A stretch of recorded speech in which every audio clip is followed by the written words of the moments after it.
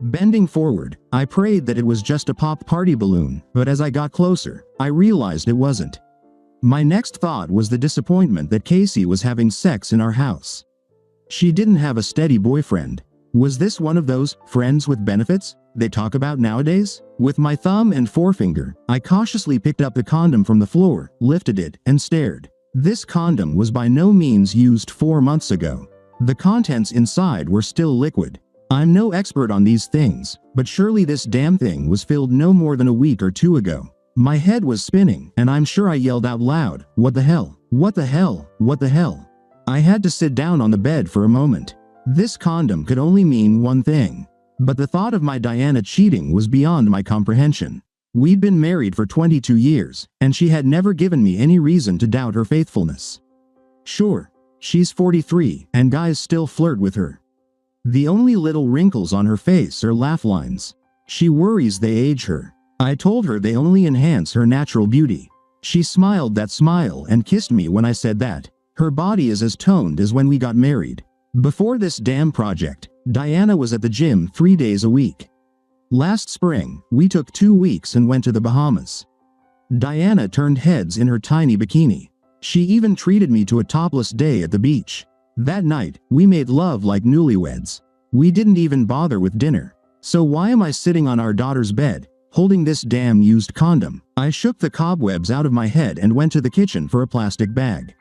I put the condom in the bag in an envelope, and then stashed it at the bottom of the freezer in the garage. It's the only thing I could think of. Preserve the evidence just in case. Damn it, I didn't even want to think about the consequences of this.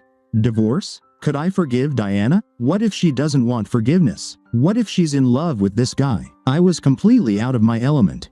This came out of nowhere. Like a robot on autopilot, I went upstairs and finished tidying up Casey's bedroom. Making the bed, I didn't come any closer to a course of action. I called my brother and asked if he had time to meet me for lunch. Dave works in the city. From his voice, he sounded glad to hear from me and glad to get the hell out of his office for lunch when I said I was treating. Dave and I sat in a booth. I leaned forward and lowered my voice. "Dave, this is going to lead to nothing. This is just between you and me, understood?" "Of course, Al. What's going on?" I told Dave about what I found. He sat there with his mouth open. "Al, I can't believe this. Not Diana. She loves you, man." That's what I thought too. But how else do you explain what I found? It's just the two of us living in the house. The only guests we've had all fall were the Johnsons, and they stayed in the guest room. I don't think they would sneak into Casey's room for a quickie. What are you going to do? I think I'm going to confront Diana face to face when she gets home tonight. I can't imagine pretending like nothing happened. No, don't do that. Confronting her without evidence is the last thing you should do. Why not? Let me tell you why not. 2 months ago, I came home from work early. When I walked in, I could swear I heard the back door close. At first, I thought it was Janet sneaking out the back, so I headed to the kitchen, but then I heard her calling me from upstairs. I went up and saw Janet in her robe. I asked her what was going on. Did I catch her in the act? I was furious. Janet blew up. She yelled at me for a couple of minutes. How could I accuse her, the mother of our children, of something like that? She tore into me for even thinking it. She shut me off from sex for 3 weeks. 3 weeks without sex and very little kissing. It was damn cold in the house until she finally let me out of the doghouse. Sure, I still suspected. I didn't let on to her, but after that, I kept my eyes wide open. I don't know if Janet realizes it. I hope not, but for the past 2 months, I've been keeping a checklist. What's on this checklist? Check her closet, check her phone, check the bedroom for signs of sex. A couple of times, I unexpectedly came home for lunch. Paid closer attention to Janet's appearance. Any changes in her behavior, any changes in our sex life. Where the hell did you get this checklist? Found it online. Amazing what's out there. I just Googled cheating wife and all sorts of crap popped up, including the checklist. Throughout this conversation, our waitress kept coming and going, taking our order, bringing lunch, bringing the check. Throughout it all, I caught her listening in. Finally, when she brought our check, she leaned in and spoke. I caught my guy checking his phone. He and his side chick were keeping up a steady stream of messages. He tried to deny it, but it was too late. I dumped him. I left the restaurant not knowing what I was going to do. I sat in my study and listened to Rachmaninoff. Classical music always calms me and helps me think. Were there any other signs of infidelity? Anything besides one used condom? Of course, Diana worked late, coming home late in the evenings and even stopping by the office on Saturdays. There were trips out of town. What did Dave say? Did her behavior change? It hit me. Last month, Diana spent an hour in the bathroom, soaking in the tub and primping. When she was done, she called me into the bedroom. I walked in to find her in a silk robe I'd never seen before. Diana melted into my arms and began undressing me. Go shower and shave. Hurry up. I was as hard as a rock when I entered the bathroom. A quick shower, a thorough shave, and I returned to the bedroom. 4 candles were lit there, and Diana lay on the bed, the covers thrown back. I dropped my towel and joined her on the bed. We kissed. I unbuttoned her silk top and slid it off her shoulders. My hands caressed those perfect B-cup breasts. My fingers teased her nipples. We took our time, leisurely exploring each other's bodies. For 23 years, since the day I asked Diana to marry me, hers was the only body I'd touched, and I'd never tire of holding it in my hands, playing with it. I leaned in to pull off Diana's pajama bottoms. I was ready to, but when I pulled those pants down from her ass and slid them down her thighs, I got the biggest surprise of my life. Diana had shaved her mound and lips, completely bald. Diana had always been neatly trimmed, but she'd never been completely bare. I looked up at her, and she just looked back at me. A mischievous smile lit up her face. Do you like it? I was speechless. So, I've always enjoyed looking down at Diana. As I said, she's always neatly trimmed, so it's not like wading through the jungle where hair gets stuck in your throat, but this was something else entirely. I've seen photos of bald pussies, and we've watched a couple of porn movies where the actresses were cleanly shaved, but this was the first time I'd seen it in real life. I answered Diana's question by lowering myself down and kissing her. When she recovered from her first orgasm, she asked me, "Can we try something?" Of course. Lie on your back. We climaxed several times in a row. We looked at each other and started laughing. Almost simultaneously, we said the same thing. That was amazing. Then we laughed a little more. Once we composed ourselves, we went to the bathroom and showered together, kissing all the while. That was a month ago, and until today's conversation with my brother at lunch, it hadn't even occurred to me that Diana was shaving for anyone but me. It's time for another investigation. Diana will be back home in a couple of hours, so there's no better time to start than now. First, I searched through her wardrobe, rummaging through boxes and bags. Nothing out of the ordinary, except for a new bikini in a Nordstrom bag, still with the tags on. Maybe that's what she wears for him in Phoenix. I'll definitely look into it the next time she's out of town. Then I peeked into her drawers. Again, nothing I hadn't seen before. No new frilly underwear, no nightgowns. No short dresses or tops I hadn't seen her wear. No hidden stash of condoms. By the time I finished my search, it was time to prepare dinner. It was a salad night, so it wasn't too difficult. I opened a bottle of Burgundy Pinot Noir and sat in the kitchen, waiting for Diana to return. When she walked through the door 15 minutes later, I couldn't believe this was the woman I suspected of cheating on me. She nearly dropped her briefcase, hugged me tightly, and kissed me deeply. Then I tasted wine on her lips. I'm so happy to be home. 2 weeks with my family. I submitted my report this afternoon. It's done. I hope you don't mind. I took my team across the street to the Metropolitan and bought drinks. I had to thank them all for their hard work. I had 1 glass of wine and came straight home. She kissed me again. Oh, darling, I've missed you so much these past few months. I hugged her around the waist and pulled her close. I've missed you too. Does this mean you won't have any work for the next 2 weeks? No work at all? I hope so, but I wouldn't be surprised if a question or two comes up and I have to take a call. If I'm lucky, I won't have to leave. I promise to keep it to a minimum. I'm looking forward to 2 weeks with you and Casey. Did she call? I talked to her this morning. Her flight lands at 11, and we'll pick her up. Does she have plans for tomorrow evening? We discussed it. She'll have dinner with us. She's looking forward to home-cooked food. Then after dinner, she's meeting up with friends.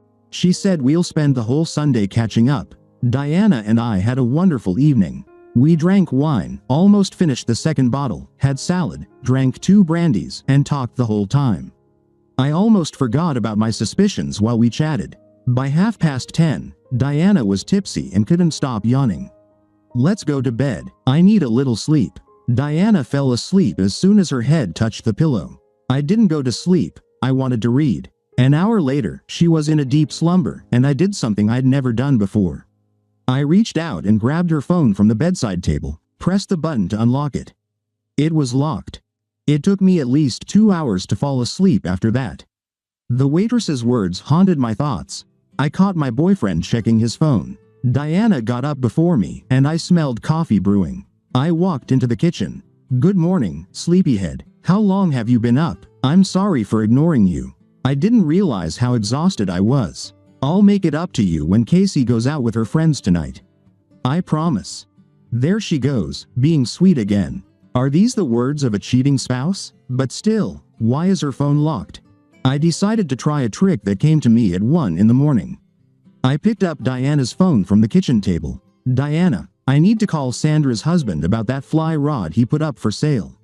Can I get her number from your contacts list?" Sandra was one of Diana's colleagues, and her husband was an avid fly fisherman. I didn't wait for Diana's response.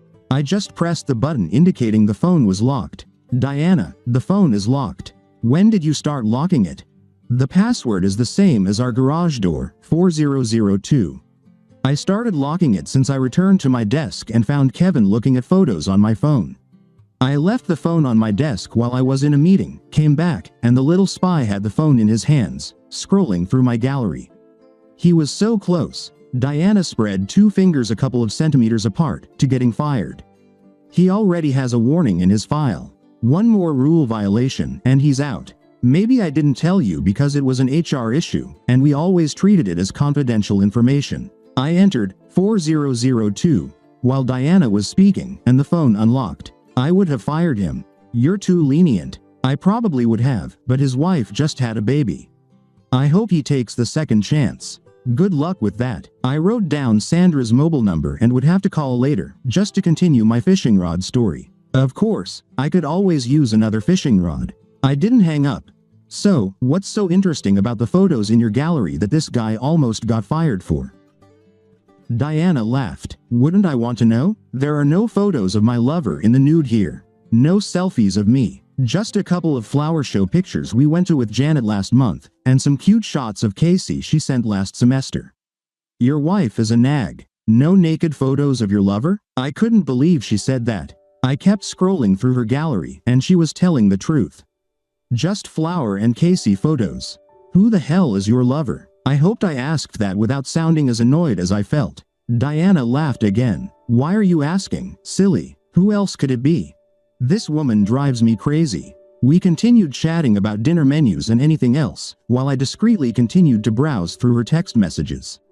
Diana didn't pay attention, and I didn't find anything. We met Casey at the airport, and we spent the next 2 weeks on a wonderful family vacation. We went to the mountains and went skiing. We spent 3 days snowshoeing in the Methow Valley. Nights were spent in a rented cabin just a few meters from the Chewick River. Diana answered a few work calls and only spent 1 day in the office. The mystery of the hidden bikini was revealed when I opened my Christmas present from Diana. 2 tickets to the Bahamas for early March. "And I have something special to wear while we're there," she said, damn near embarrassing Casey as she held up 2 tiny pieces of fabric. "Mom, please. I probably would have forgotten all about this condom mystery if not for my brother." I mean, Diana just showered me with love and affection throughout those 2 weeks. Diana and I threw a party, inviting many of our neighbors.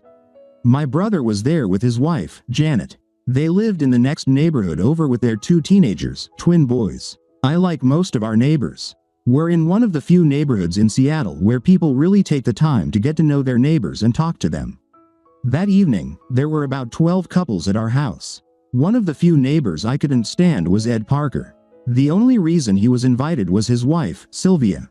She's such a nice lady that Diana insisted we invite them. Despite Parker being a braggart and a flirt. Not the fun kind of flirt, but one of those jerks you want to keep away from your wife because you know he'd sleep with her if your wife had bad enough taste to let him. During the party, Ed Parker drank too much and started running his mouth.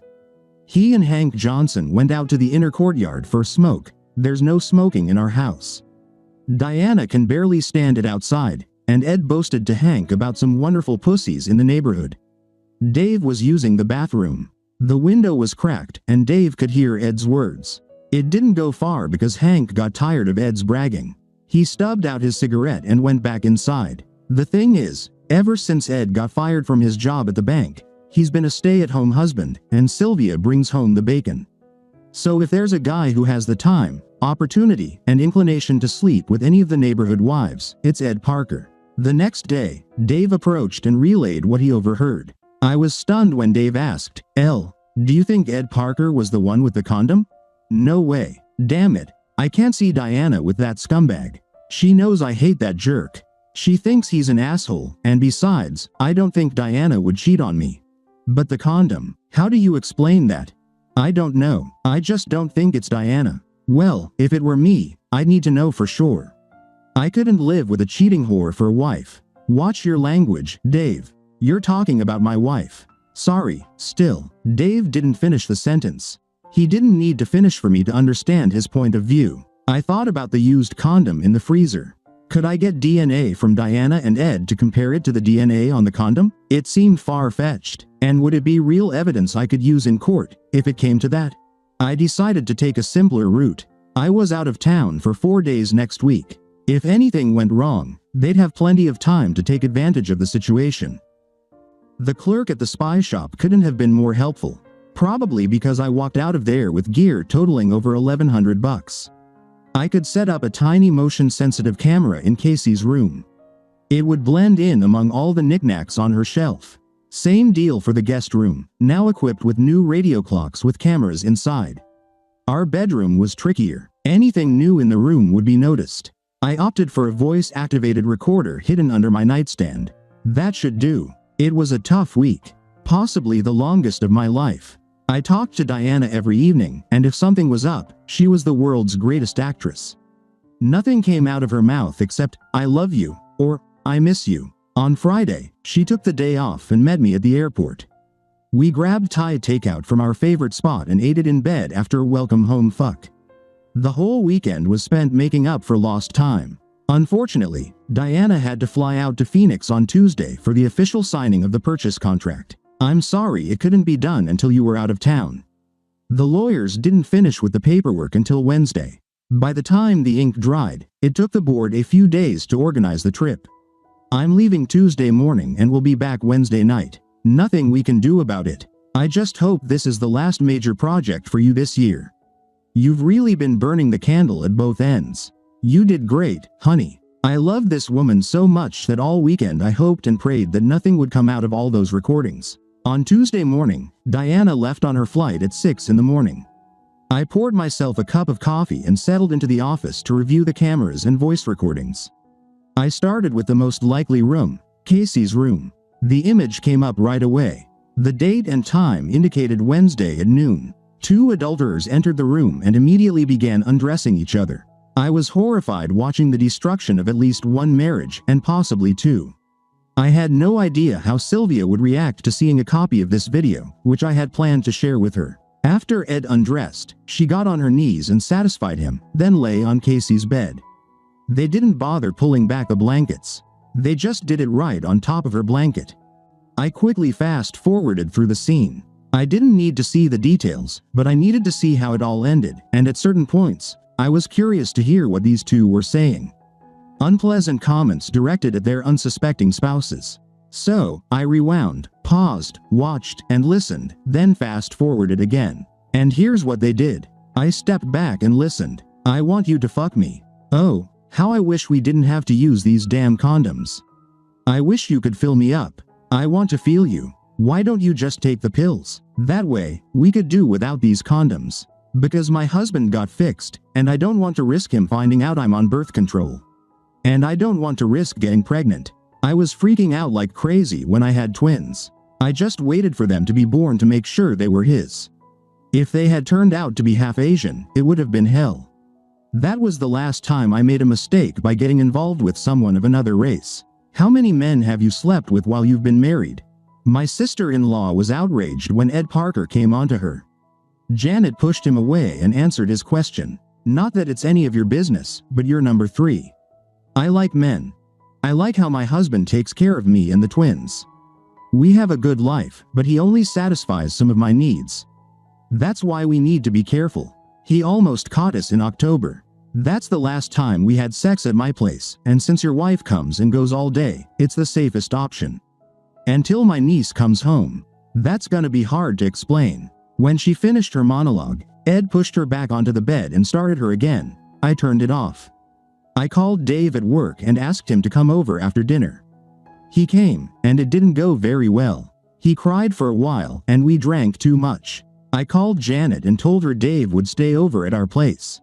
I didn't tell her what had prompted his excessive indulgence in his desires, and she didn't ask. I won't go into all the details. On Wednesday, Dave and I took the day off. After he recovered from the hangover, we went to my lawyer's office and talked to their family specialist. Dave filed for divorce. Some things didn't go as she wanted. The twins turned 14, and they decided to live with their father. I was prepared for them to hear, rather than see, their mother's confession of betraying their father. Fortunately, that wasn't necessary. The boys preferred to stay with their father. Since Dave wanted to take the boys, the judge awarded him the house. He was supposed to pay Janet maintenance for 2 years, but over those 2 years, it amounted to only $1,200 a month. Sylvia divorced Ed using the video I gave her. She stayed in the house, and he left. Thank goodness, because Dave was looking for him. I heard that Janet tried to convince Ed to move in with her, but Ed said he wouldn't have anything to do with a cheating whore. Diana and I did everything we could to help Dave get through all the drama of that first year. Diana was especially helpful with her 2 godsons. They both relied on her as a confidant. Even Casey helped with her cousins after graduation in May. She spent the summer, her last stay with us before moving to Portland in September, giving advice from a female perspective. I'm getting ahead of myself. I must tell you what I found on the other video and on the recorder. Nothing. Well, nothing alarming, and actually, the recorder in our bedroom did capture a few of Diana's phone calls. At least half of the calls during my business trip. Diana talked to her mom, Casey, and her boss. I won't go into details. Let's just say this woman loves me, and I have nothing to worry about. Seems she thinks I'm quite the catch. I never told Diana about my suspicions. Some things are better left alone. Of course, now she knew about the camera in Casey's room. I made up an explanation. Told her I suspected Janet used a key she had from our house to meet Ed. I just needed to prove it. Diana seemed to buy into that explanation until almost a month had passed since all this shit hit the fan. Dinner was over, and Diana and I had a nightcap after dinner, relaxing and reading in the living room. Suddenly, Diana looked up from her book. Do you think I'm cheating on you? Shit. I sat there, looking like a deer caught in headlights. Diana sat in her chair, staring at me, waiting for my response. Babe, come over here, to the couch. Let me tell you a story. I explained the circumstances. The filled condom, my conversation with Dave and the nosy waitress, the blocked phone, the shaved pussy, the overtime work, and the travels. It all lay on one side of the scale. Then I told her that all this time I never truly believed she could betray our marriage. Despite all these strange facts and circumstances, she wasn't that kind of woman. Diana looked at me. I could see she was trying her hardest to understand. That's the kind of woman she was. She hugged me around the neck and uttered the magical words. Alec, darling, I could never do that to us. I love you. And that was the end of it.